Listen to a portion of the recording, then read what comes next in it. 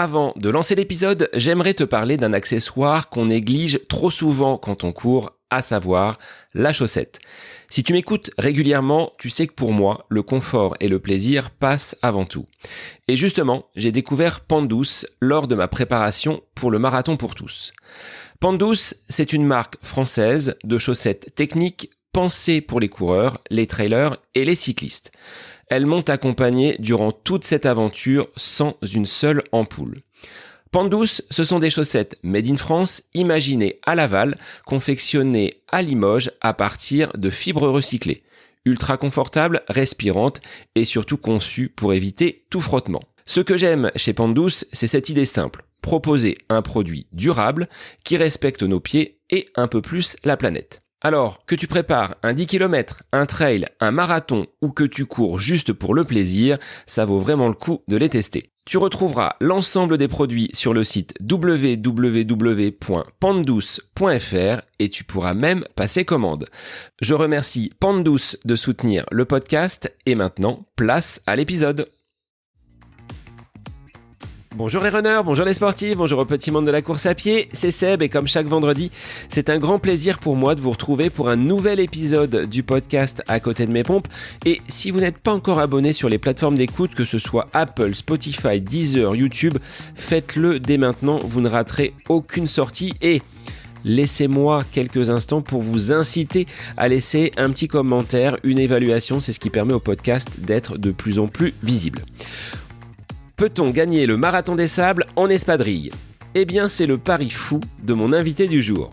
Dans cet épisode, que j'ai rebaptisé pour l'occasion À côté de mes espadrilles, je reçois Nicolas Duplat, un coureur du Pays Basque qui vient de remporter brillamment le marathon des sables en Jordanie.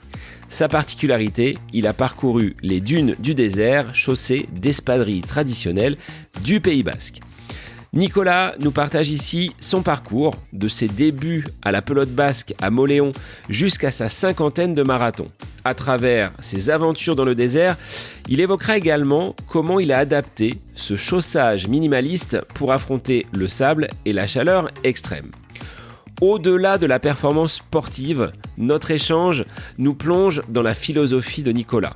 Destiné à promouvoir son terroir et à porter haut les couleurs du Pays Basque, il évoquera également la préparation rigoureuse qu'il met en place pour de telles aventures.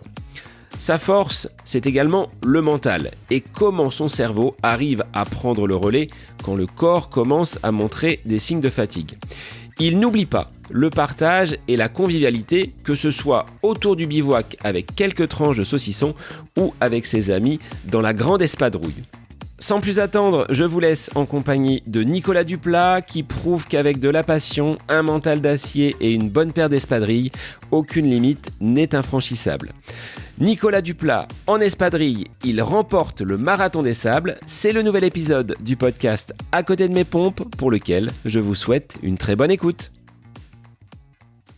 Bonjour Nicolas, sois le bienvenu sur le podcast qui va être renommé aujourd'hui À côté de mon espadrille, puisque tu as cette particularité d'avoir brillamment remporté le MDS en Jordanie. Alors Nicolas, sois le bienvenu sur le podcast et je vais te laisser bien évidemment te présenter pour que tu puisses indiquer aux auditeurs qui tu es, d'où tu viens et ce que tu fais dans la vie sur un plan professionnel tout d'abord. Bonjour Sébastien, bonjour à tous, merci beaucoup pour l'invitation, vraiment je suis honoré parce que c'est un podcast que j'écoute. Je m'appelle Nicolas Duplat, j'ai 39 ans, je suis du sud-ouest, donc originaire du Pays Basque, forcément, entre autres le pays de l'espadrille. Je travaille à Orthez dans une entreprise informatique qui fait les logiciels de gestion des temps, donc je suis assis toute la journée, c'est peut-être pour ça aussi que sur ma pause repas, je vais courir tous les jours parce que j'ai besoin aussi de prendre l'air et de me défouler. J'ai 3 enfants. Là, je vis au nord de Pau, dans le Béarn. Pour un Basque, ça fait un peu bizarre, mais bon, on va s'y faire et je repartirai au Pays Basque un peu plus tard. Nicolas, est-ce que la course à pied a toujours été dans ton activité physique ou est-ce qu'étant du Pays Basque, il y a d'autres jeux de ballon un peu ovales qui ont pu émailler ta carrière de sportif ? Alors non, moi, ça a toujours été le sport. Et depuis tout petit, ben, étant basque, je faisais de la pelote basque. J'ai peut-être pas le gabarit d'un rugbyman et en fait, mon père faisait de la pelote, de la chistera et cesta punta. Donc, à 5 ans, il m'a mis, alors, un chistera, c'est un panier en osier pour ceux qui connaissent pas. C'est une des spécialités, une des disciplines de la pelote basque. Et donc, à 5 ans, j'étais dans le couloir de ma maison à lancer des balles de tennis avec mon chistera et petit à petit, ben, je me suis mis au club de Moléon, au SM Pelote. J'ai été jusqu'en finale du championnat de France à 11 ans. C'est vrai que c'est ma plus belle réussite en Chistera. Et pour la petite anecdote, ce qui est rigolo, c'est que les frontons, c'est en place libre. Alors, on peut jouer à l'intérieur sur des murs à gauche, mais on peut jouer en place libre. C'est un mur avec des lignes tout le long. On joue dehors. Et il y a des terrains où le sol est dur et des terrains où on appelle terre battue. C'est un genre de sable, caillou ou autre. Et du coup, la balle, la pelote, elle rebondit un peu moins. Et les Molyonnais, entre les joueurs de Mernu, de Chistera, quand on va sur terre battue, il s'avère que souvent, et même les bons de Mernu, ils mettaient des espadrilles au pied parce qu'on glisse moins avec le caoutchouc des espadrilles qu'avec les tennis. Et donc j'ai fait à 11 ans une finale de championnat de France en poussin, donc avec des espadrilles au pied toutes blanches. Et c'est le petit clin d'œil que j'ai avec les espadrilles de ma jeunesse. Alors aux espadrilles, tu y es revenu avec une pratique aujourd'hui en espadrille, pas seulement, hein. Là, c'est qu'il y a eu un gros événement auquel tu as participé, à savoir le MDS, donc le Marathon des Sables en Jordanie, que tu as brillamment remporté. Est-ce que tu es déjà aguerri à ce type d'effort dans le désert, habitué à la chaleur? Comment tu en es venu à réaliser ces courses un petit peu au long cours? Alors oui, j'adore ça, j'en ai fait plusieurs, je vais t'expliquer. En fait, ouais, il y a une vingtaine d'années, je me suis mis à courir et j'ai arrêté la pelote parce que je voyais que j'avais plus de progression et de marge d'évolution en course qu'en pelote, en Chistera. Et je faisais que voilà, de la route et du trail en chaussures, hein, comme tout le monde. Et mon rêve, c'était de faire le marathon des sables, le Legendary au Maroc. Et en 2018, on racontera sûrement un peu le détail après, je me suis mis à courir en espadrille et je me suis rendu compte que courir en espadrille, ça me démarquait aussi des autres coureurs. Et le budget d'un marathon des sables, faut se le dire, c'était 4000 euros. Et j'avais pas les moyens de me le payer. Et en fait, j'ai passé un an à chercher des sponsors et en disant que j'allais courir le marathon des sables en espadrille. Voilà, j'avais mis l'aspect compétition de côté. Je me dis qu'en espadrille, on va quand même un peu moins vite qu'en chaussures. Mais mon but, c'était de participer au marathon des sables. Donc, j'ai démarché les partenariats financiers pour faire ce marathon des sables en espadrille. Voilà, et j'ai réussi donc à collecter la somme. Avant ça, j'avais fait des half marathons des sables qu'on appelait à l'époque. C'était l'équivalent, mais sur 3 étapes, 120 kilomètres. C'est comme si tu veux préparer un marathon, mais tu fais avant un semi. Et donc, la marque OA avait créé des formats half marathon des sables un peu partout dans le monde. Et donc, j'avais fait en 2018 le half de Fuerteventura, donc là en chaussures. Et en discutant avec les organisateurs, je commençais à courir en espadrille. Donc, ils m'ont invité à l'édition du Pérou 2 mois après. Donc, 2 mois après, j'enchaîne un second half marathon des sables. À l'époque, ça s'appelait comme ça, au Pérou. Donc, j'avais juste le billet d'avion à me payer. J'ai négocié une semaine de congé en plus auprès de mon chef et j'ai posé quelques jours derrière pour aller visiter le Machu Picchu tant qu'à faire parce que moi, quand je fais des courses un peu loin, c'est aussi pour visiter, pour découvrir, pour rencontrer, partager. Et là, c'était en espadrille. Donc, on a dû adapter la paire d'espadrilles pour, en 2020, faire le vrai marathon des sables, le Legendary, le 250 km en 6 étapes que j'ai terminé. C'était l'année qui a été reportée 3 fois suite au Covid, qui devait avoir lieu en 2020, qui s'est faite en octobre 2021, et c'était la seule année en 40 ans qu'on le faisait en octobre.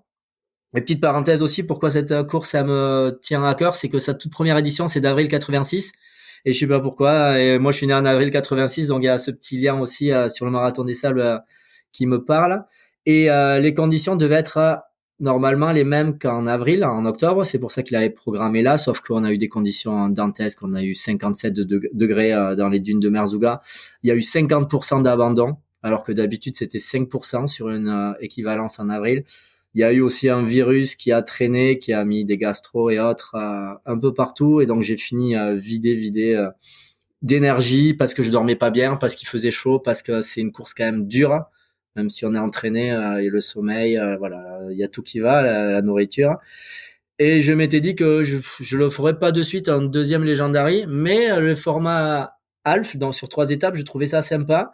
Et j'ai toujours eu envie d'aller visiter la Jordanie. Pour plusieurs raisons. Pour Petra, forcément, c'est une des merveilles du monde. Pour le Wadi Rum, un des beaux déserts, parce que j'adore les déserts et je suis attiré par ça, j'aime la chaleur et je m'y sens bien. Et pour la mer morte, parce que je coule dans une piscine. J'ai jamais réussi à flotter quand je nage ou quand je tape des pieds. Soit je recule, soit je m'enfonce. Et mon rêve, c'était de flotter. Et donc, il y avait tous ces ingrédients le sport plus ces découvertes qui m'ont fait m'inscrire à cette année donc en Jordanie. Et voilà. Et donc, je me suis quand même bien entraîné physiquement, même si je savais que j'étais en espadrille. Après, je savais qu'il y avait beaucoup de sable et la différence entre chaussures et espadrilles se fait surtout sur le dur parce que il n'y a pas d'amorti, c'est les mollets qui travaillent un peu plus.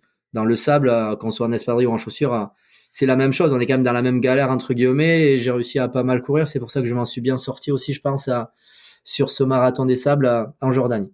Comment tu t'es préparé justement? Tu dis j'ai fait un gros travail.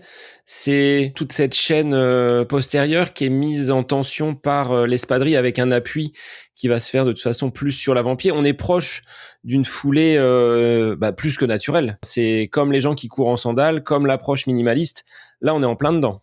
Oui, c'est une foulée complètement minimaliste. C'est comme si tu cours pieds nus dans l'herbe, tu vas courir naturellement sur l'avant du pied parce que t'as pas d'amorti. Et l'espadrille, c'est exactement ça. Et comment je m'y suis entraîné? Alors, toute l'année, je suis suivi par un coach. Iñaki Best Training de Saint-Sébastien, c'est devenu un ami, il me suit depuis 2016.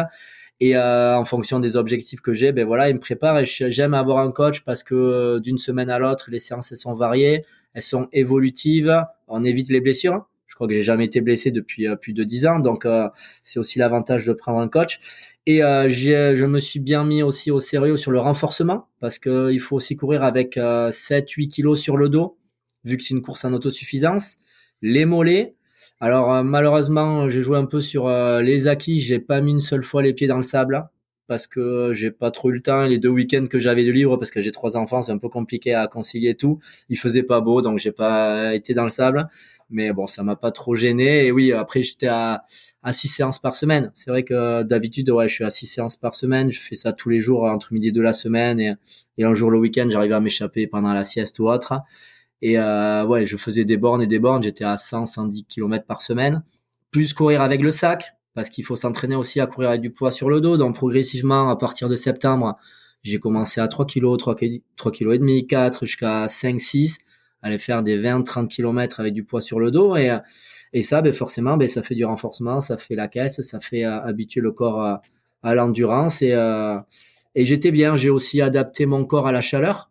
Alors j'ai un jacuzzi à la maison, c'est pas trop mon truc le jacuzzi, sauf que là je l'avais remis en marche en octobre et je faisais mes séances et après j'allais passer du temps dans le jacuzzi.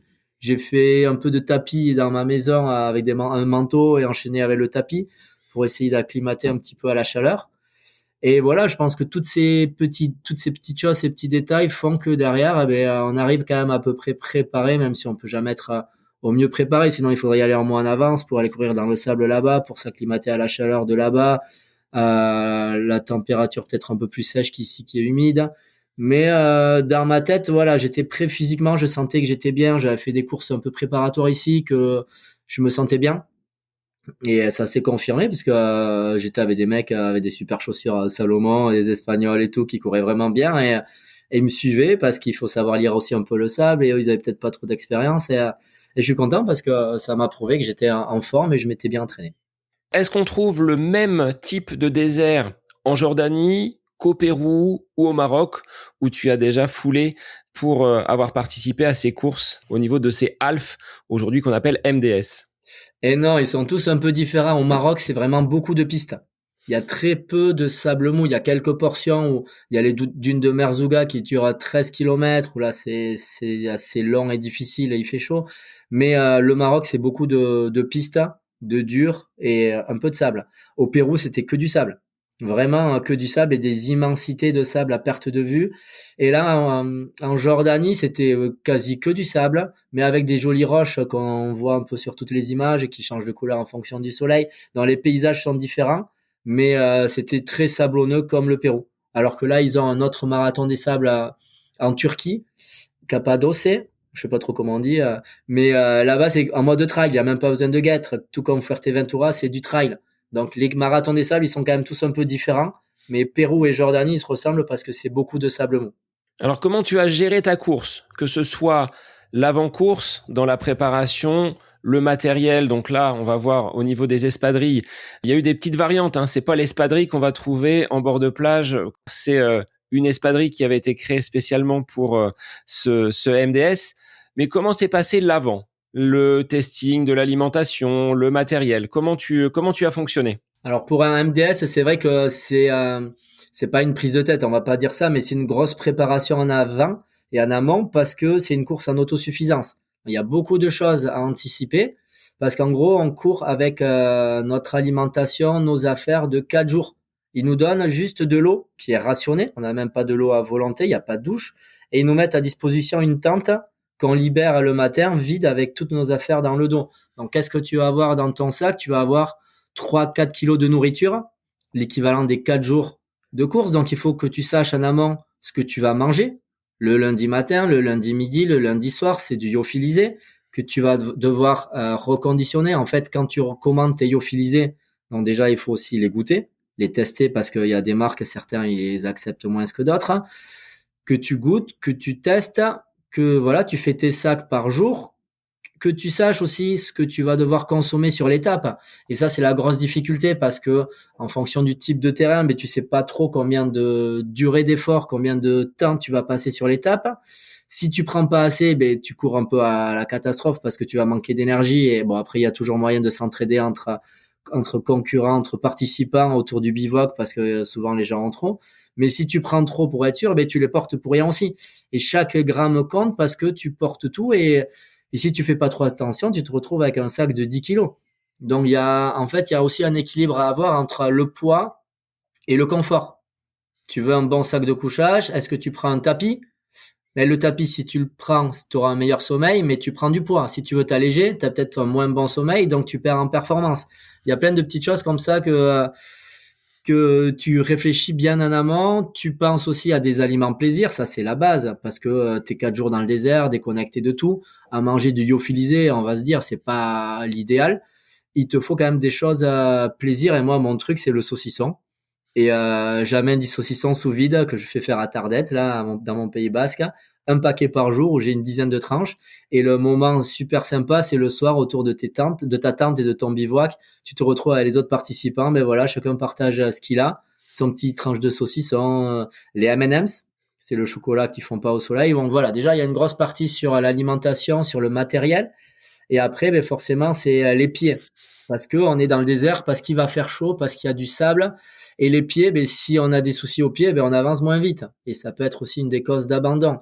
Donc, quand c'est le désert avec du sable, eh bien, il faut penser à un système de guêtres. Donc, tous les participants avec des chaussures, ils vont voir en général un cordonnier qui va fixer, donc coller, c'est bien, mais ça peut se décoller avec la chaleur. Donc, vraiment Coudre, ouais. coudre, voilà, la guêtre pour qu'elle ne bouge pas.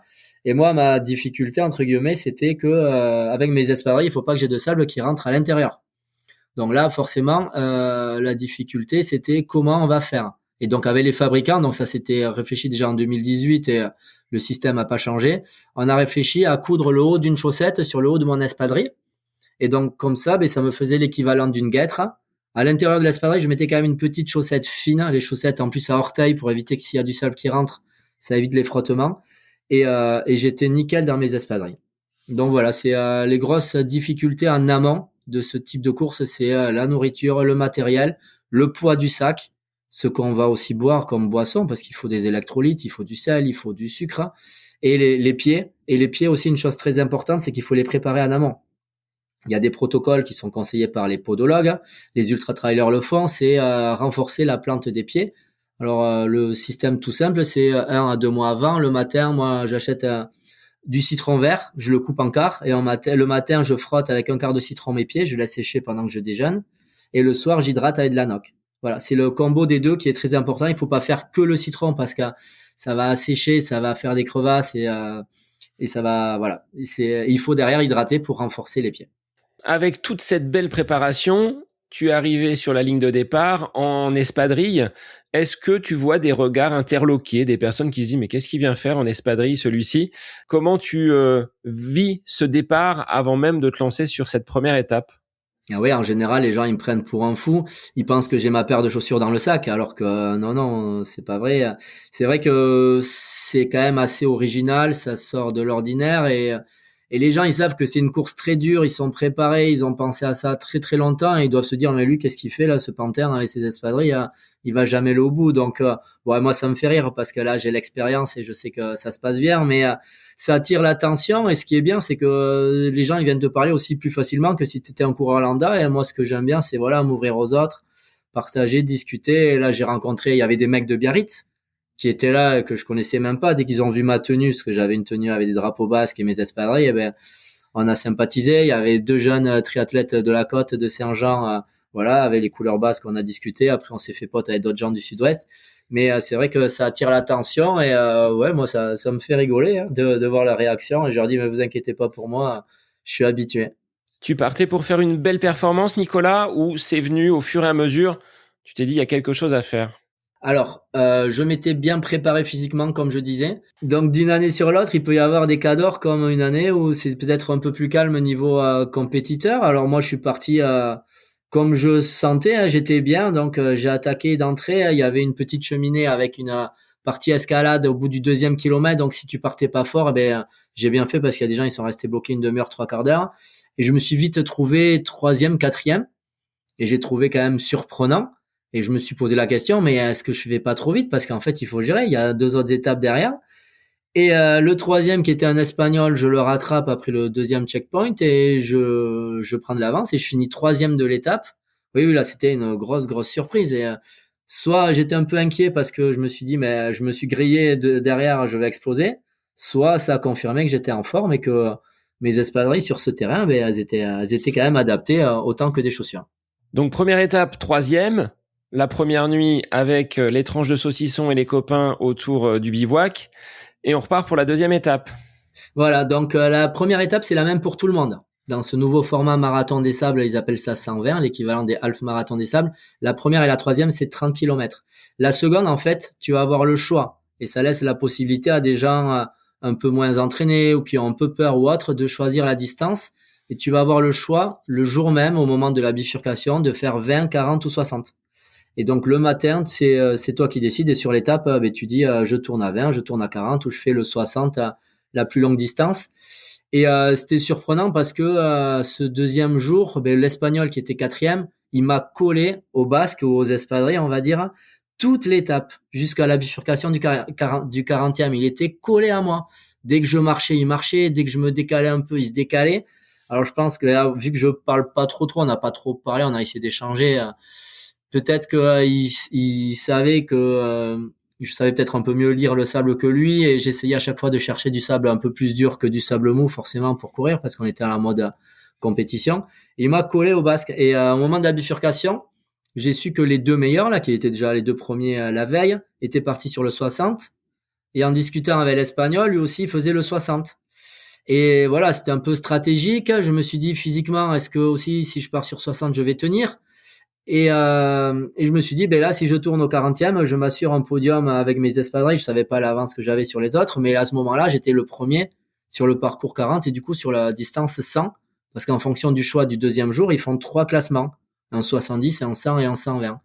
Et donc, voilà, stratégiquement et par peur d'exploser et de pas tenir le podium sur le 120, je suis parti à droite et j'ai bien fait parce qu'après, j'ai eu des petites ampoules un peu gênantes, mais pas énormes non plus, mais j'ai pas de regrets pour en plus au final voilà finir premier avec un peu d'avance.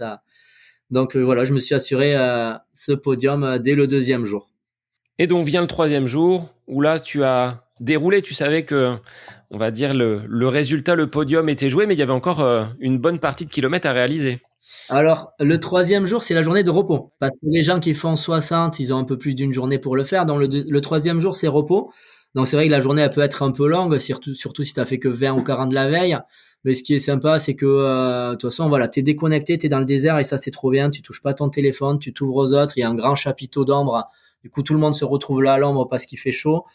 Donc tu discutes, tu partages des bons moments, tu te balades, tu partages ton saucisson, ton repas. L'après-midi, il y a eu un petit spectacle de musique traditionnelle avec des chanteurs, des dromadaires. Et après, il y a la distribution de boissons. Alors jusqu'à présent, il y avait un coca frais en plein désert, c'était le rêve. J'avais découvert ça à Fuerte, au Pérou, au Maroc. C'est vrai qu'on boit de l'eau plate, de l'eau tiède, elle est pas très fraîche pendant plusieurs jours. Et là, moi, je suis pas très coca, à part dans le rhum, mais je suis pas très coca. Mais là, vraiment, le coca dans le désert, c'est incroyable. Mais cette année, sur un autre Alf format 120, j'avais vu qu'ils avaient apporté des fruits et ils nous ont amené des fruits. Voilà, j'aurais préféré un coca ou même un oasis ou autre, quelque chose de frais. Il y a eu des fruits, bon, c'est quand même bien passé, hein, des citrons, des oranges, des fruits frais dans des glaçons. Dans le jour de repos, voilà, ça permet aussi il y en a qui font la vaisselle, le ménage, et enfin le ménage, la lessive, pardon. Il y en a qui font la lessive, qui lavent leur tenue, parce que c'est vrai que on se douche pas, on se lave pas trop, et c'est toilette de chat parce qu'il y a pas beaucoup d'eau non plus pour nous, hein, parce que l'eau, elle est pour boire, elle est pour réhydrater nos repas et pour faire voilà la petite toilette de chat. Donc ce jour de repos, il sert à ça, à se reposer, à se faire la lessive, la toilette, partager des bons moments. Et la troisième étape, on partait tous pour à peu près 30 kilomètres. Là, il y avait 26. Très très tôt, parce que en fait, on avait des bus qui nous amenaient après à Petra. Il y avait 2-3 heures de bus. Donc à chaque fois, ils font 2 départs. Les moins rapides, on va dire, ils partent avant. Et ils sont partis à 4h30, si je dis pas de bêtises. Donc ça leur faisait un réveil à 3 heures du matin. Et nous, le second départ, on l'avait à 6h30 pour arriver aux alentours de midi et après prendre les bus. Donc là, j'ai bien fait aussi. Je me suis dit, j'ai bien fait de tourner au 40e parce que physiquement, j'ai eu un peu de fatigue. J'ai eu une ampoule qui m'a un peu embêté. Et après, j'ai lâché un peu parce que j'ai pas réussi à tenir les Espagnols et j'ai profité, j'ai discuté un peu avec les autres parce que ce qui est bien aussi, c'est que quand tu es dans le deuxième départ, ben, tu rattrapes ceux qui sont partis au premier départ. Et moi, à tous, je leur ai dit un petit mot et eux, ils nous disent un petit mot d'encouragement et c'est un super moment parce que c'est des gens qu'on voit pas sur les étapes forcément, qui sont à un rythme un peu plus lent et c'est chouette de les rattraper. Et moi, j'ai connu ça au Maroc quand je suis parti dans le premier départ et que j'ai vu les Rachid El Morabiti, les Mary Robert qui m'ont doublé en courant dans le désert et j'ai trouvé ça incroyable de me faire rattraper par les premiers.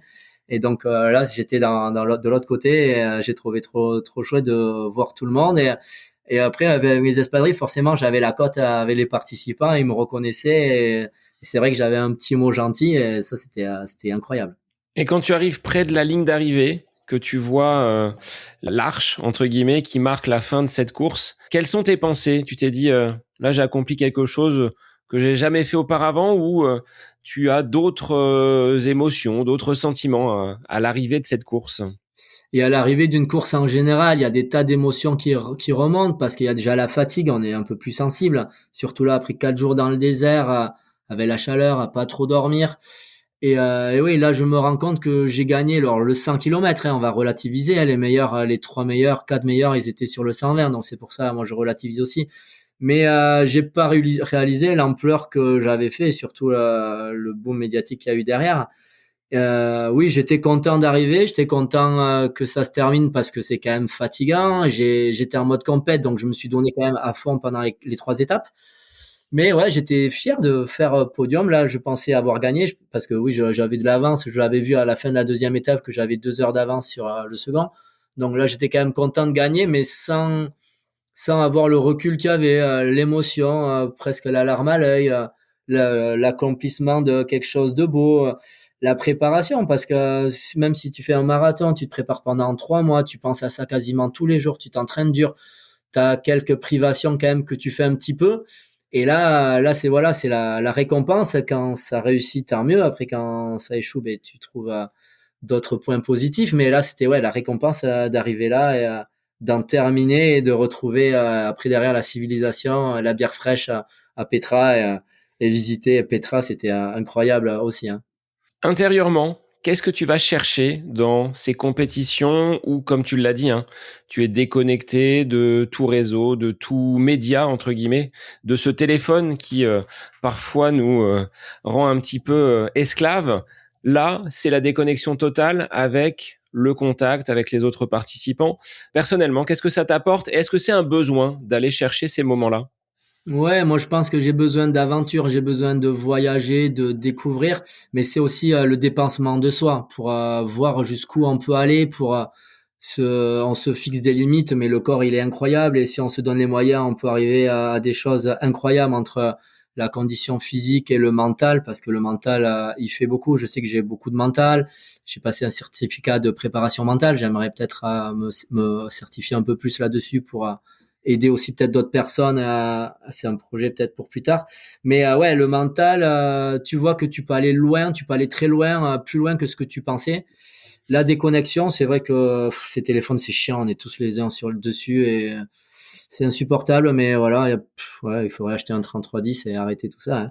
Mais non, et voilà, le désert, l'aventure, la chaleur. Moi, j'adore ça. Je sais pas pourquoi. Peut-être depuis tout petit, je regarde le Paris-Dakar à Stade 2 ou à Tout le Sport tous les soirs, à chaque fois en janvier, attiré par ces immensités. Mais ouais, j'ai besoin de déconnecter de l'aventure du sport parce que je suis passionné de sport et de me repousser mes limites, ouais. Est-ce que tu t'attendais, Nicolas, à un tel déferlement médiatique avec des gros médias qui sont venus jusqu'à toi? Moi, le premier, Tout le Sport, on a eu le Figaro également, j'ai entendu, qui était venu vers toi. Donc, le téléphone, là, a dû sonner au retour de la Jordanie. Ah ouais, c'était incroyable. Je suis rentré le samedi soir très tard, j'ai eu que le dimanche parce que lundi il y avait travail. Bon, après le mardi c'était férié, c'était le 11 novembre donc ça allait. Mais je m'attendais pas à tout ça et c'était génial. En fait, ce que j'avais pas compris c'est que à l'arrivée à l'hôtel, j'ai reçu un mail d'un gars de l'organisation de la partie communication de Marathon des Sables qui m'a posé des questions par mail, il fallait que je fasse un retour et il m'a demandé de l'avoir avant lundi. Et moi, vendredi, c'était le seul jour de repos à l'hôtel. Dans ma tête, c'était piscine et fiesta, bière et tout ça dans la piscine. Je lui dis, bon, on verra ça à mon retour. Mais je l'ai quand même préparé dans l'avion et je lui demande, est-ce que tu pourras m'envoyer le lien de l'article là? Parce que moi, dans ma tête, il allait faire un article et c'était déjà très bien. Et en fait, il m'explique que non, en fait, il va envoyer mon dossier de presse à plein de médias. Mais je pensais pas que derrière, il y aurait eu l'équipe, il y aurait eu la Fédération française de la loose. J'ai eu plein de copains qui m'ont écrit en me disant mais c'est le Graal, c'est le média et l'article ils m'ont dit mais il était trop bien écrit et c'est vrai que c'était rigolo. Il y a eu Tout le Sport, l'émission que je regarde depuis tout petit tous les soirs. Tout le Sport, moi c'est mon voilà avec les petits je regarde un peu moins mais c'était mon rendez-vous. Voilà, vu que je suis passionné de sport, eh bien, voir ce qui s'est passé dans la journée, dans le week-end, dans la semaine, c'était un rendez-vous. Et je pensais que je passerais sur le à part ça, leur petit défilement de petites vidéos de 20 secondes. Je me suis dit déjà c'est trop bien. Et en fait, quand j'ai vu qu'ils me présentaient, je fais mais c'est fou.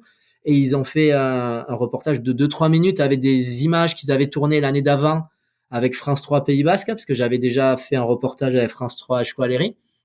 Ils ont sorti des images où je courais avec mes espadrilles dans mes montagnes sous le Tine et là je me suis dit waouh c'est un truc de dingue. Alors c'est vrai que ça a sonné beaucoup pendant une semaine et demie, 2 semaines. Je vais pas dire que c'était embêtant et c'était chiant parce que derrière ça m'a fait une notoriété, une image et après, moi, je sais que, et je réfléchis comme ça, enfin, je suis comme ça, c'est que je sais que quand il y a quelque chose qui se passe bien, il y a des portes qui s'ouvrent et faut savoir les ouvrir. Il y aura des opportunités qui vont s'ouvrir. J'en ai eu des petites déjà et on sait jamais. Il faut profiter de ça et je regrette nullement d'avoir tourné sur le 40 km et faire le 100 km au final parce que j'aurais fait quatrième ou cinquième du 120. Ben, je serais même pas passé dans le petit journal du coin. Donc c'est vrai que là, il y a eu localement le Sud-Ouest, la République, et il y a eu Ouest France qui m'a appelé, qui m'a fait un super reportage. Il y a eu Le Figaro, il y a eu des tas de sites, de podcasts. J'ai fait un podcast à Véronia. Maintenant, c'est à côté de mes espadrilles avec Sébastien. Ouais, c'est dingue et ça me laissera un souvenir dingue de cette aventure et ça me donne envie d'aller en faire d'autres et de faire encore d'autres belles courses et là j'ai repris l'entraînement comme un fou et j'ai une motivation encore décuplée. L'an prochain c'est mes 40 ans et je sais pas trop quoi faire encore mais je sais que j'ai envie de faire de belles choses en espadrille, en chaussures. Ouais, c'était royal quoi. Alors derrière, ce qui s'apparentait au départ à un coup de com', de dire je pars en espadrille sur un marathon des sables, eh bien aujourd'hui, tu es aussi un fervent, on va dire, défenseur du Pays Basque, de ses traditions locales et de l'espadrille. Il n'y a pas que Nicolas, le coureur à pied en espadrille, il y a ce côté aussi régional qui te tient beaucoup à cœur. Oui, là, depuis 2018, je cours en espadrille et c'est ma façon à moi d'allier sport et culture et de faire aussi, ben voilà, parler du Pays Basque, la promotion du Pays Basque, des produits locaux, avec ici notamment les espadrilles et montrer que chez nous, on fait de belles choses, on fait des beaux produits de qualité Et je le prouve parce qu'à chaque course, ma paire d'espadrilles, elle bouge pas. Au Maroc, sur le 250 km, j'ai tout fait avec la même paire. Là, j'ai fait 100 km. Je vais faire d'autres courses avec. Sur marathon, sur l'année 2021, j'ai fait 3 marathons avec la même paire. J'ai fait Paris, Biarritz et Chicago. C'est une qualité de fou. Il y a des produits de dingue. Il y a des gens passionnés qui travaillent derrière. Et moi, c'est ma façon à moi aussi de les aider ou de faire parler d'eux, de faire la promotion, voilà, du territoire, de ces belles personnes qui sont en Soule et qui se battent pour nos produits. Alors je regardais, hein, en préparant l'épisode, ce ne sont plus que une centaine de personnes, voire 200 personnes qui aujourd'hui travaillent dans l'espadrille. Est-ce que ça a toujours été le cas? Non, tu vas me dire que ça existait depuis de nombreuses années, voire au siècle précédent.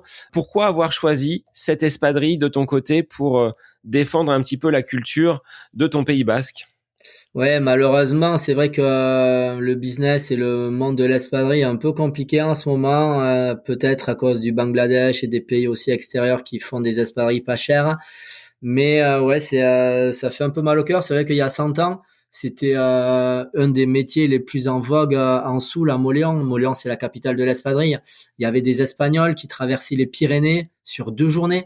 Elles passaient 2 jours dans les montagnes à pied à venir à Mauléon. On les appelait les hirondelles parce qu'elles venaient l'hiver faire la saison d'espadrille et elles repartaient au printemps chez elles. Et ça aussi, c'est le chemin qu'elles ont fait. C'est un de mes projets que j'avais juste avant le Covid, aller faire une sortie là, commune ou une course ou autre sur le chemin des hirondelles pour leur rendre hommage. Moi, j'ai toujours pas trop pris le temps, il va falloir que je le fasse là. Mais c'est vrai, c'est ma façon aussi à moi de refaire parler de tout ça et de les aider parce que ils sont un peu en difficulté et c'est vrai qu'il y en a qui ferment un peu la porte ou qui essaient de trouver d'autres solutions, des designs originaux, enfin d'autres façons de se démarquer, ouais. Alors tu le disais, hein, en termes de durabilité, la semelle de l'espadrille, elle ne se dégrade pas aussi rapidement que cela. Ça ressemble un petit peu à ce que les porteurs de sandales vont utiliser. C'est un matériau, quelque chose qui, à la fois, est très minimaliste, mais durable dans le temps. Oui, nous ici au Pays Basque, toute l'année on est en espadrille. Alors quand il pleut forcément ou quand il fait froid, c'est un peu plus compliqué. Mais moi c'est mes chaussons. Tout l'été, tout le printemps et l'automne, je suis en espadrille. Je vais au travail en espadrille. J'en ai des jolis un peu classe avec mon jean pour aller au travail. Mais oui, on est tout le temps en espadrille et la qualité, et je l'ai prouvé, c'est que je fais des courses un peu extrêmes. Je fais des marathons, je fais des trails parce que j'ai un modèle avec une semelle Vibram pour avoir des crampons qui tient. On a même un sous-le-teint qui a inventé un produit qui imperméabilise la corde, parce qu'on sait qu'une espadrille sous la pluie, la corde elle durcit. Et je l'ai aidé à tester son produit parce que je me rappelle sur un semi-marathon en Charente, sur le marathon du Cognac, je l'avais testé et il manquait encore du produit parce que ce jour-là il a plu et la corde est devenue dure et c'est comme si je courais sur un bout de bois et c'était pas très très agréable et derrière je l'ai un peu aidé aussi à tester son matériel et c'est la société Ebico. C'est vrai que ça fait un moment que je l'ai pas appelé parce que là j'ai encore des espadrilles avec son produit donc pour l'instant ça va, mais on a aussi en Soule des ingénieurs, des personnes innovantes, passionnantes et qui essayent d'aider et de se démarquer. Et là, on avait de quoi faire imperméabiliser la corde de l'espadrille. Parce que tout le monde le sait qu'une corde sous la pluie, elle durcit. Après, c'est très lent à la faire ressécher. Mais on a un produit comme ça qui permet de résister à la pluie et aux flaques, hein. Nicolas, au quotidien, comment tu utilises tes espadrilles? Est-ce que tu les portes tout le temps à l'entraînement ou est-ce que quand même il t'arrive d'avoir des chaussures un petit peu plus conventionnelles quand il s'agit de faire de la performance en course à pied? Alors sur le plan sportif, oui, je cours pas souvent, on va dire en espadrille. Tous mes entraînements, c'est quasiment tout le temps en chaussures, hein. Je suis un compétiteur, je suis aussi président d'un club de course à pied FFA où on organise un trail par équipe, le Tour de la Soule. Et ouais, je suis passionné de course, je suis compétiteur et j'aime me faire mal à l'entraînement, j'aime me fixer des objectifs. Et mon truc, c'est le marathon. J'aime bien le marathon, j'aime bien le trail. Et sur marathon, c'est vrai que je cours plus en chaussures à plaque de carbone et essayer d'améliorer mon chrono année après année. En trail, ben voilà, je mets des chaussures comme tout le monde parce que l'espadrille, c'est pas forcément adapté au trail, c'est un peu dangereux et j'ai pas envie d'aller me tordre la cheville et passer pour un pimpin derrière. Donc, les courses que je fais en espadrille, c'est des courses plaisir, des courses coup de cœur, des courses partage Comme là, dans 2 semaines, je vais faire un 10 km à Bayonne qui s'appelle le Bout de l'An c'est une course de Noël pour passer un bon moment le dimanche avant Noël. Je fais des petites courses ici où j'ai envie de courir avec des gens ou partager ou sans regarder le chrono. J'aime bien aussi courir comme ça, sans aussi avoir la partie compète tout le temps. Je sais avoir la partie compète et je sais me préparer mais j'aime aussi partager, profiter et prendre du plaisir sur des courses comme ça sans être à fond tout le temps. Est-ce que ce port d'espadrille nécessite un ajustement, une adaptation dans ta pratique? Parce qu'on bascule pas de chaussures à plaque carbone à une espadrille très minimaliste. Donc là, est-ce que le renfort, les exercices que tu fais au niveau des mollets et de la chaîne postérieure sont importants pour assurer une bonne transition? Parce que tu l'as dit, hein, pas de blessure depuis que tu as commencé avec cet entraîneur en 2016. Oui, le renforcement est très important, mais c'est surtout la progressivité qui est importante. À l'époque où je commençais à courir en espadrille, il y avait plein de gens, ils se mettaient au five finger, c'était un peu à la mode, là, les chaussures à orteils, qui sont sur le même principe, minimaliste, sans amorti, sans rien. Et autour de moi, j'en avais plusieurs qui s'étaient blessés parce qu'ils avaient couru d'entrée trop longtemps, trop distance avec, sans adaptation. Et du coup, j'ai fait attention et j'ai commencé par courir 2 kilomètres autour de chez moi, 3 kilomètres, 5. Et petit à petit, voilà, j'ai habitué mon mollet, mon tendon d'Achille à courir avec. Mais voilà, il faut faire très attention parce que comme tu dis, on passe pas d'une chaussure avec un drop de 8 à des espadrilles où c'est drop de 0 minimaliste. Donc voilà. Et après, le corps, de toute façon, naturellement, si tu commences à courir sur le talon avec tes espadrilles, naturellement, il va aller sur l'avant parce qu'il y aura des chocs, oui, voilà, des chocs et des traumatismes. Et donc, naturellement, c'est tes mollets qui vont travailler. Donc, c'est naturel, c'est mieux.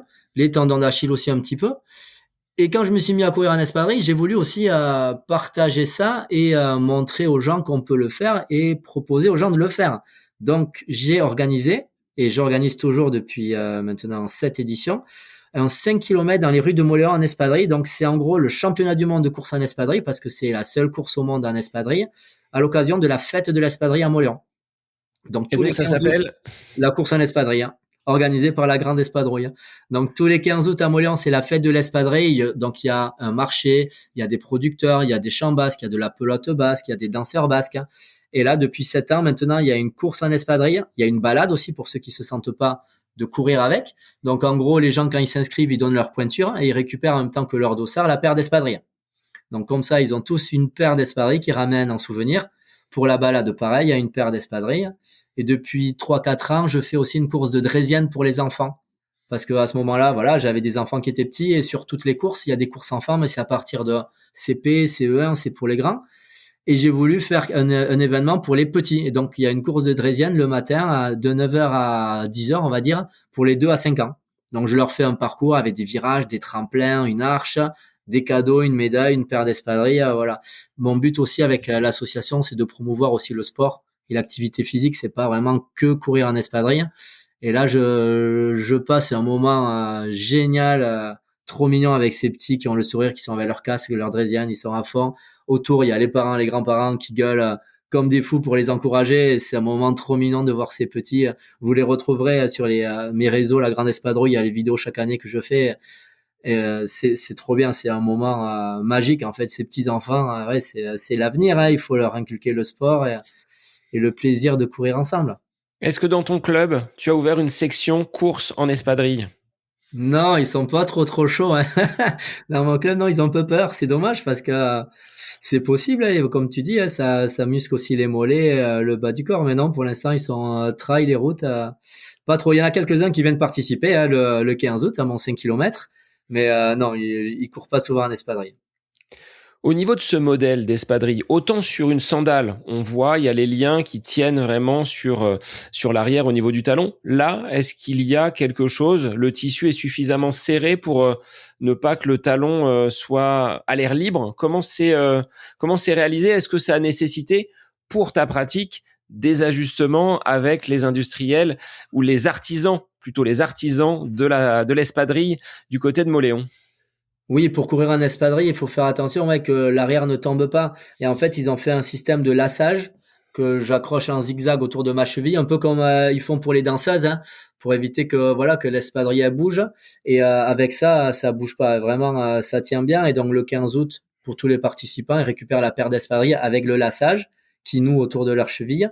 Et là, il y a aucun souci, ça bouge pas. Par contre, sur mon modèle désert, j'ai pas de lassage, mais l'espadrille, elle est à la bonne pointure, elle est bien faite et le système guêtre avec la chaussette suffit pour éviter que l'espadrille bouge. Au niveau de ces traditions, des personnes qui, comme toi, sont attachées à ce patrimoine au niveau du Pays Basque, quels ont été leurs retours, l'accueil quand tu leur as dit, moi, je veux faire de la course en espadrille? Et là, après ce MDS en Jordanie, comment ils voient cette mise en lumière de ton parcours avec cette paire de chaussures peu conventionnelle?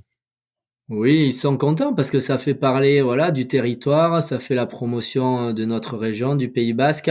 Il y a même 2 politiciens qui m'ont envoyé un courrier pour me féliciter. Bon, je pense parce qu'il y a les élections qui arrivent, mais ça me fait rire. Mais ouais, non, les gens, ils sont fiers, ils sont contents et même le département voulait faire une cérémonie. Donc non, c'est chouette parce que j'ai la récompense derrière. Après moi, ça m'amuse, je fais pas ça pour ça, mais c'est vrai que d'avoir après des petits mots de gens. Là, j'étais au rugby samedi à Moléon et il y a plein de gens que je connais peu ou pas, mais qui sont venus me féliciter parce que ils m'ont vu à la télé ou ils m'ont vu dans le journal pour la course. Et c'est un bon moment aussi d'échange avec les gens et j'en ai besoin et j'aime ça. Ouais, c'est chouette. Il n'y a pas encore de chaussures espadrilles à plaque carbone. T'es pas en train de plancher sur un modèle performance. Ben non, mais je vois pas trop comment on pourrait l'intégrer dans la corde parce que c'est une corde qui est enroulée. Je sais pas. Il faudrait réussir déjà à trouver une plaque de carbone pour courir et après essayer de la glisser au milieu. Mais je l'avais dit aux copains comme ça pour rigoler que j'allais faire un modèle à plaque, mais je vois pas trop encore comment ça peut se faire. Donc pour l'instant, c'est pas dans mes projets. J'ai déjà 3 modèles différents pour la route, le trail, le désert. C'est déjà pas mal et ça me suffit. Ce qui serait de toute façon à l'inverse de cette foulée minimaliste que tu mets en place avec ce port de l'espadrille. Alors Nicolas, est-ce que cette espadrille, tu as envie de l'emmener au-delà finalement des contrées que tu as déjà explorées? Est-ce qu'il y a des grands marathons qui peut-être te feraient de l'œil pour aller y poser tes espadrilles? Ah oui, alors là, des courses, il y en a tellement. Là, j'étais en quête des 6 majors. Bon, sans compter Sydney, il me manque que Tokyo. Et l'an prochain, j'ai 40 ans, je suis à 49 marathons et j'aurais tellement voulu faire Tokyo là au 1er mars prochain avec mes espadrilles, mais j'arrive pas à avoir de dossard et je pense que c'est trop tard, donc j'ai mis une croix dessus. Mais j'ai repéré le marathon des sables en Namibie. C'est une course en binôme où j'ai déjà trouvé un copain qui serait OK pour y aller. C'est en mai, donc pourquoi pas la Namibie, pourquoi pas une course sur la muraille de Chine. Je sais qu'il y a un marathon, je sais qu'il y a une course en étape et j'ai envie aussi d'amener mes espadrilles sur les merveilles du monde. J'ai été au Pérou voir Petra. Là, j'ai fait, au Pérou voir le Machu Picchu, pardon. Je suis allé en Jordanie voir Petra. Voilà, pourquoi pas aller en Chine voir la muraille de Chine et essayer d'amener mes espadrilles. Ouais, sur marathon, il y a tellement de marathons. J'en ai fait 7 déjà en espadrille, mais et des courses, il y en a trop et on n'a pas assez de week-ends, on n'a pas assez de vacances pour faire tout ce qu'on aimerait faire. Donc, tant que je suis en bonne santé, j'en profite. Je cours, je voyage. Et après, on verra l'an prochain ce que je ferai. J'ai pas trop d'idées encore avec mes espadrilles. Pourquoi pas la Namibie ou une autre course à voir avec le Marathon des Sables s'ils veulent bien m'inviter. Pour l'instant, j'ai eu un refus avec toute la pub que je leur ai fait. Donc, s'ils écoutent le podcast, peut-être qu'ils vont m'appeler. Mais non, je suis ouvert. Après, s'il y a des organisateurs qui veulent m'inviter, de toute façon, voilà, comme je dis, hein, moi j'aime voyager. J'ai du temps maintenant pour je vais avoir les petits en garde à alterner une semaine sur 2, donc il y aura une semaine où je serai libre, un week-end où je serai libre, donc il n'y a pas de souci, moi je vais bouger et j'amènerai mes espadrilles dans ma valise. Tu arrives quand même à avoir cette rotation, comme tu le disais tout à l'heure, entre des courses où tu vas plutôt miser sur la performance, donc là on est plutôt avec les chaussures, et des courses plaisir, où là tu portes les espadrilles. Comment tu découpes, organises ta saison? C'est à l'envie ou c'est vraiment très calibré par rapport à cette progressivité, à cette charge d'entraînement, parce que les approches sont pas du tout identiques, voire diamétralement opposées, entre la perf et le plaisir? Non, c'est à l'envie, hein. C'est vrai que je me fixe toujours un ou deux objectifs avec les chaussures. Là, c'était des marathons. Je vais essayer de redescendre le chrono un petit peu l'an prochain. Et après, c'est des objectifs que je me fixe. J'essaye d'en avoir un ou deux en chaussures et un ou deux en espadrille. Et là, la Jordanie, j'étais inscrit depuis le début de l'année. Donc, je savais que ma deuxième partie de saison a passé l'été, là. C'était prépa Jordanie à bloc. Et l'an prochain, ben voilà, je vais essayer d'en trouver une ou deux, vu que c'est mon année anniversaire et j'ai envie de faire une belle course, de belles choses. Donc je réfléchis, mais oui, oui, j'arrive à concilier les deux et ça, l'entraînement, c'est tout le temps en chaussures, un peu en espadrille sur des terrains, ben voilà, techniques ou des terrains que je rencontrerai sur la course. Bon, ben là, il faudra que j'aille un peu plus m'entraîner dans le sable parce que je l'ai pas trop fait là par manque de temps, mais non, non, ça, il y a pas de souci. J'arrive à faire les deux et mon corps s'adapte. Je pense qu'il est habitué aussi à enchaîner les deux et à passer de chaussures en espadrille. Après, forcément, quand je fais une course en espadrille, eh ben, il y a pas longtemps, j'avais fait les 20 km de Paris en espadrille, le maximum de vitesse, faire le mieux que je pouvais faire en mode compétition en espadrille, mais j'ai eu mal au mollet pendant une semaine. Donc, je sais que derrière, si je me fais un autre objectif route, ça sera pas de suite un objectif espadrille. Après, vu que je suis pas à bloc quand je suis avec mes espadrilles. J'arrive à récupérer quand même assez vite et à retrouver l'entraînement avec mes chaussures ou avec mon objectif à venir. Non, ça, il y a aucun souci avec ça. T'as pas de frustration quand tu dis je suis pas à fond, je cours peut-être un petit peu avec le frein à main quand j'ai ce type de chaussures au pied, à savoir les espadrilles, contrairement à une course où tu aurais des modèles un petit peu plus performants, ça te bride pas? Non, ça me bride pas parce que je sais d'entrée que je vais y aller voilà pour le plaisir, pour le partage. Après oui, le marathon des sables Legendary, forcément j'étais un peu handicapé avec mes espadrilles. Je sais qu'avec des chaussures j'aurais fait beaucoup mieux. Donc pourquoi pas un jour aller faire le marathon des sables Legendary avec des chaussures, avec des guêtres et essayer d'aller chercher un top 50, un top 30 peut-être, pourquoi pas. Mais après non, je sais que quand je suis à mes espadrilles, c'est aussi pour faire parler du Pays Basque et moi c'est ma principale réussite et mon principal objectif, c'est ça, c'est que je m'éclate, que je sois en mode compétition, en mode plaisir. Moi j'arrive à courir aussi comme ça, tranquille, accompagné des copains. Là, 2 semaines après la Jordanie, j'étais inscrit au marathon de Saint-Sébastien. J'avais aucun objectif de chrono.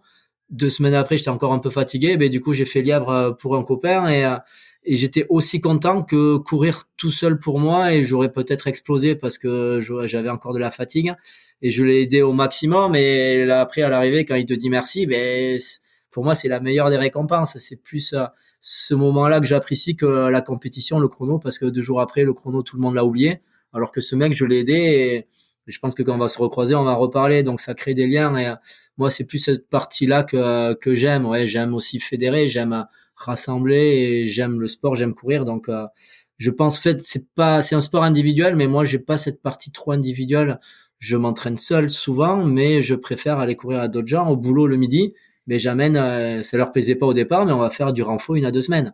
Et maintenant ils me le réclament parce qu'ils sentent que ça leur fait du bien et on passe un bon moment tous ensemble à faire des squats, des burpees, des abdos, du gainage, des pompes et on passe un bon moment, ouais. Donc tu as ce côté fédérateur, c'est pour ça que tu es peut-être président du club et de l'association. Au moins tu donnes l'impulsion et c'est toi qui donnes le cap. Ouais, c'est ça. Ben j'aime bien, ouais, j'aime bien fédérer, partager et donner l'envie de faire du sport, de courir, motiver les gens. Et voilà, il faut en profiter. On est en bonne santé, on n'a qu'une vie, donc c'est maintenant ou jamais, de toute façon. Hein, donc ouais, ouais, la course, c'est un super levier de connexion, de découverte, de partage, de voyage. Et c'est bien comme sport parce qu'on peut le faire n'importe où, n'importe quand, seul en groupe. On n'a pas besoin d'être 10, d'avoir des terrains particuliers comme le foot, le rugby. Ça, c'est chouette aussi pour ça comme sport. C'est que moi, j'avais que du temps le midi. Et ben, j'ai une douche au boulot. Et ben voilà, je m'entraînais le midi et ça empiète pas le soir sur la vie de famille, sur les autres activités. Et c'est pour ça que je cours aussi. Hein. C'est un bien-être, les endorphines qui se génèrent après le sport et on dort bien le soir. Tu disais, Nicolas, avoir travaillé sur le mental avec la préparation d'une certification. Est-ce que tu trouves que c'est ce qui te permet de te dépasser, d'aller encore plus loin? Tu parlais de dépassement de soi tout à l'heure. Est-ce que c'est vraiment ce qui fait basculer l'individu, l'athlète, dans une dimension un petit peu plus élevée encore, à même niveau de performance? Ah oui, c'est sûr, parce qu'au bout d'un moment, quand les gens commencent à lâcher ou autre, c'est le mental qui prend le relais. Et c'est vrai que de tout temps, j'ai eu cette force mentale qui m'a aidé à atteindre des chronos sur marathon, à faire des courses un peu dures en trail ou autre. J'ai jamais abandonné sur une course et quand je prends le départ, j'ai même pas une demi-option au fond de ma tête qui me dit si j'abandonne, ceci, cela. Non, moi je vais au bout et je sais qu'il y a des gens alors soit ils ont pas confiance en eux, soit ils sont un peu faibles, soit ils commencent à passer dans du négatif dans la tête quand ça commence à être dur sur marathon. C'est la pire chose qui se passe et qui commence à se dire ça va pas, j'ai mal, je vais pas y arriver. Alors que non, là, le gars que j'ai accompagné à Saint-Seb, j'arrêtais pas de lui dire, et avant le départ, je lui dis des pensées positives. Et là, quand il commençait à être dans le dur, j'arrêtais pas de lui dire, pense à ton fils, c'est son anniversaire le week-end prochain, pense à la prépa que t'as fait, pense à tes entraînements, pense à ta femme qui est là sur le parcours qui t'attend. Voilà, il faut toujours avoir des pensées positives pour aussi que le cerveau il squeeze et il repasse dans un move positif et parce que ouais, si on s'enferme dans du négatif, ben forcément bon, le chrono ne sera pas là, mais il y a certains qui mettent le clignot, qui abandonnent.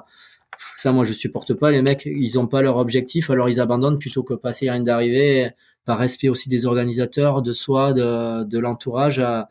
Mais je pense que ouais, ça c'est un manque de mental et ça se travaille. Et c'est pour ça que pendant le Covid, parce que je suis papa et je sais que mes enfants feront du sport et je voulais aussi avoir le bon discours pour eux. C'est pour ça qu'avec mon CPF, j'ai passé une certification de préparation mentale. C'était surtout pour moi, pour mon éducation. Mais derrière, je vais essayer de le développer un peu pour aussi peut-être le proposer à quelques sportifs, si je peux aider, accompagner, parce que je sais que ça fait la grosse différence. Et c'est une différence sportive, mais ça, il y a souvent les gens qui font l'équivalent en milieu professionnel, et ça marche dans tous les sens. Donc, la motivation, la fixation d'objectifs, la confiance en soi, l'estime de soi, tous ces piliers-là de la préparation mentale, ça marche dans le sport comme dans la vie de tous les jours, comme dans le milieu professionnel. Et moi, je trouve ça super intéressant parce que le cerveau, la tête, ça se travaille comme le corps. Il y a des entraînements physiques, mais il y a aussi de l'imagerie mentale. C'est du travail aussi qui se fait et ça, c'est ultra puissant. On n'imagine même pas la puissance de l'imagerie mentale. Donc ça, c'est un de mes prochains objectifs là, c'est de documenter là-dessus et être aussi meilleur sportivement, mais être le meilleur père possible et le meilleur préparateur mental possible. Si je peux aider du monde, ouais, ça serait peut-être un des projets que j'aurai dans les prochaines années. Ouais. Quel a été leur mots, leurs émotions à tes enfants quand ils t'ont vu à la télé, quand ils ont vu papa revenir avec la victoire sur cette course en Jordanie? Alors, ils s'en foutent un peu. Le grand, il a 5 ans et j'ai des jumelles, elles ont 3 ans. Donc, à leur âge, eux, je leur ai ramené une peluche en dromadaire, elles étaient contentes et c'est tout. En fait, et c'est pas plus mal, c'est la nature des enfants et l'innocence des enfants et c'est ça que je préfère. Hein. Mais sinon, oui, quand ils m'ont vu à la télé, il y a papa à la télé. Bon, j'ai déjà eu un ou deux petits reportages à la télé. Ben, c'est rigolo de voir son papa à la télé. Même moi, ça me fait bizarre de me voir. Donc, non, je pense qu'ils sont un peu fiers et ils voient les médailles que j'ai dans une boîte et ils sont contents quand je leur amène une médaille.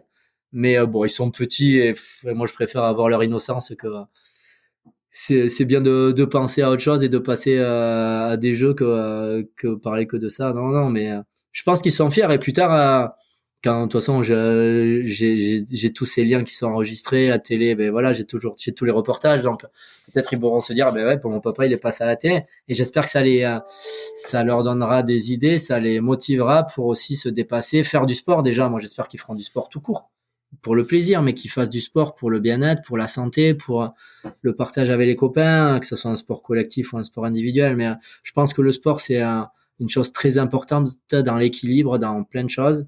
Donc, si je peux leur inculquer ça, ça sera ma plus grosse réussite et ma plus grosse fierté. Après, la partie compétition et résultats, ça, moi, je m'en fiche. Tant qu'ils s'éclatent, qu'ils font ce qu'ils aiment et qu'ils font du sport, après, moi, je serai content dans tous les cas.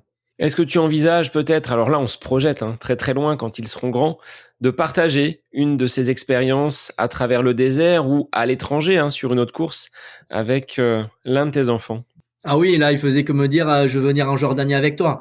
Alors, des fois, je leur mettais leur cartable sur le dos et on allait faire 50 mètres à pied. On disait, allez, on s'entraîne pour le marathon des sables.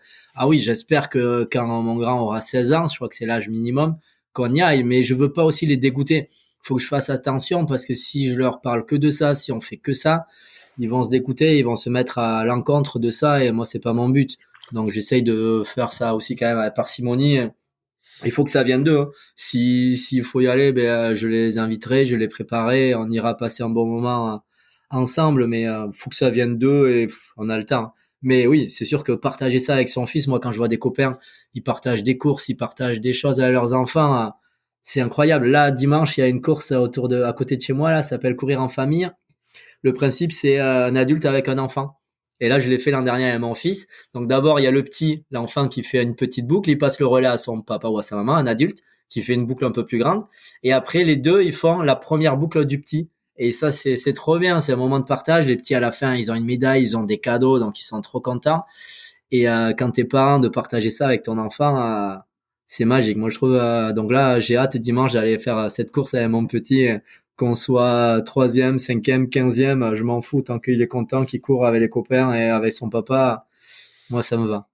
Est-ce que Nicolas, cette médiatisation du côté de la Jordanie, à ton retour, t'a valu aujourd'hui peut-être d'autres produits du Pays Basque pour lesquels tu pourrais être ambassadeur? Alors, tu disais saucisson déjà, donc clin d'œil aux personnes qui œuvrent et qui produisent de la bonne charcuterie dans le Pays Basque. Les espadrilles, mais est-ce qu'il y en a d'autres qui vont venir vers toi pour que tu puisses faire la promotion de leurs produits artisanaux? Non, pas pour l'instant, non. Bon, peut-être ça viendra, mais c'est pas mon but non plus. Mais après, si je peux leur donner un coup de main, il y a pas de souci, hein. Mais pour l'instant, non. Là, j'avais l'image de la marque 64, les vêtements. Ils m'ont donné quelques tenues, donc j'ai eu un genre de partenariat matériel. Donc ils m'ont un peu habillé, j'ai mis leur logo sur ma tenue. Mais non, non, pour l'instant, j'ai rendez-vous avec l'Office du tourisme aussi pour voir qu'est-ce qu'on peut faire. Mais sinon, à part ça. Pour l'instant, rien, mais c'est pas ce que je recherche. Moi, j'ai envie de faire ce que je veux, ce qui m'amuse, ce qui m'éclate. Et après, s'il y a des portes qui s'ouvrent, tant mieux. Sinon, moi, je continuerai et je cours pas après ça dans tous les cas. Nicolas, je vais te poser la traditionnelle dernière question du podcast que je vais modifier un petit peu. Quel serait ton instant à côté de tes espadrilles? Ce que tu aimes faire finalement quand tu n'es pas en train de courir et que tu n'es pas en train de réaliser une activité physique ou sportive? C'est quoi tes petits plaisirs?